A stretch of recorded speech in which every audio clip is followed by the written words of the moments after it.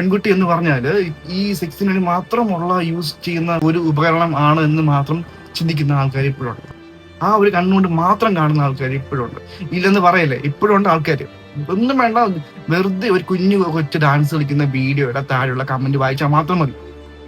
പണ്ട് കൊല്ലത്ത് ഒരിക്കലുള്ള വാർത്തയാണ്, ഇപ്പം ആഴ്ചയിൽ എല്ലാ ദിവസവും നിങ്ങളെ വാർത്തകൾ നമ്മൾ കേൾക്കുന്നുണ്ട്. ദിനം പ്രതി കാണുന്ന കുറെ വാർത്തകളുണ്ട്. 13 വയസ്സുള്ള പെൺകുട്ടിയെ പീഡിപ്പിക്കുന്നു, കൂട്ടവിലാസങ്ങൾ ചെയ്തു. നിങ്ങൾ അറിഞ്ഞാണോ അല്ലേ? അതേപോലെ തന്നെ 12, 13 വയസ്സിൽ വേറെ പെൺകുട്ടിയെ പീഡിപ്പിച്ചത് 32 പേരാണ് പീഡിപ്പിച്ചത്. 32 പേർ ചേർന്ന് 5 ദിവസമായിട്ട് ഒരു ലോഡ്ജിങ് കൊണ്ടുപോയിട്ട് പീഡിപ്പിച്ചു. ആ കുട്ടി 5 ദിവസം വെന്റിലേറ്ററിൽ കിടന്ന് ജീവന് വേണ്ടി പോരാടി അവസാനം 2 ദിവസം മുമ്പേ കുട്ടി മരിച്ചുപോയി. അതിനുശേഷമാണ് 13 വയസ്സുകാരി വേറൊരു പെൺകുട്ടിയെ 3 പേർ ചേർന്നിട്ട് കൂട്ടവിലാസം ചെയ്തിട്ട് ഏതോ ഒരു ചതുപ്പ് നിരത്തിക്കൊണ്ട് പൂഴ്ത്തിയിട്ട് ഇപ്പൊ ആ കുട്ടിയെ കണ്ടുകെട്ടി. ഡെയിലി ഇതുപോലത്തെ വാർത്തകൾ ഒരുപാട് വരുന്നുണ്ട്. ഇപ്പൊ ഇത് കോമൺ ആണ്. ഇപ്പം സ്ത്രീകളുടെ വസ്ത്രദാനം ശരിയല്ല എന്നാണ് കുറെ ആൾക്കാർ പറയുന്നത് ഇപ്പോഴും. അങ്ങനെയാണെങ്കിൽ 1.5 വയസ്സ്, 1.5 മാസം, 2 മാസം പ്രായമുള്ള പിള്ളേരെ മേലെ പീഡിപ്പിക്കുന്ന വാർത്തകൾ നമുക്ക് ഇപ്പോഴും അറിയാം. അപ്പൊ ഇതൊക്കെ എന്താണ് വസ്ത്രദാനം എന്ന് നിങ്ങൾ പറയുന്നതിന്റെ പ്രശ്നം?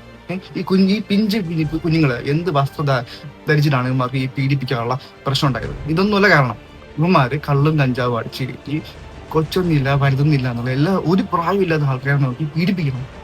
നമുക്ക് ഇതൊരു ന്യൂസ് മാത്രമാവാം ഒരു ദിവസത്തെ, നമുക്ക് ഇതൊരു റീൽസ് മാത്രമാകാം ഒരു ദിവസത്തെ. ഇത് സംഭവിച്ച ഫാമിലി എത്ര കൊല്ലം അവര് ഈ ഒരു സങ്കടം സഹിക്കണം. ഇപ്പോഴെങ്കിലും ഇതിനെ പറ്റി സംസാരിക്കണം എന്ന് തോന്നിയതുകൊണ്ട് മാത്രമാണ് ഞാനൊരു വീഡിയോ ചെയ്യുന്നത്.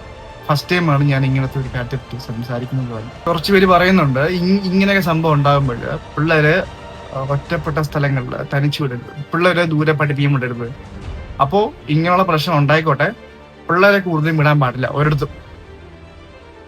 അപ്പൊ ഈ പ്രശ്നങ്ങൾ കൂടി വരുന്തോറും പിള്ളേരെ വീട്ടിൽ നിന്ന് വെളിയിറക്കാൻ പാടില്ല. ഇതാണോ അപ്പൊ നിങ്ങൾ കാണുന്ന ഒരു പ്രതിവിധി? മനസ്സിലാവുന്നത്? അതോ നമ്മുടെ സിസ്റ്റമാണോ മാറേണ്ടത്? നമ്മുടെ കേന്ദ്ര സർക്കാരായാലും നമ്മുടെ സർക്കാരായാലും ഇതിനെതിരെ ഒരു നടപടി കൊണ്ടുവരണം ദയവ് ചെയ്തിട്ട്.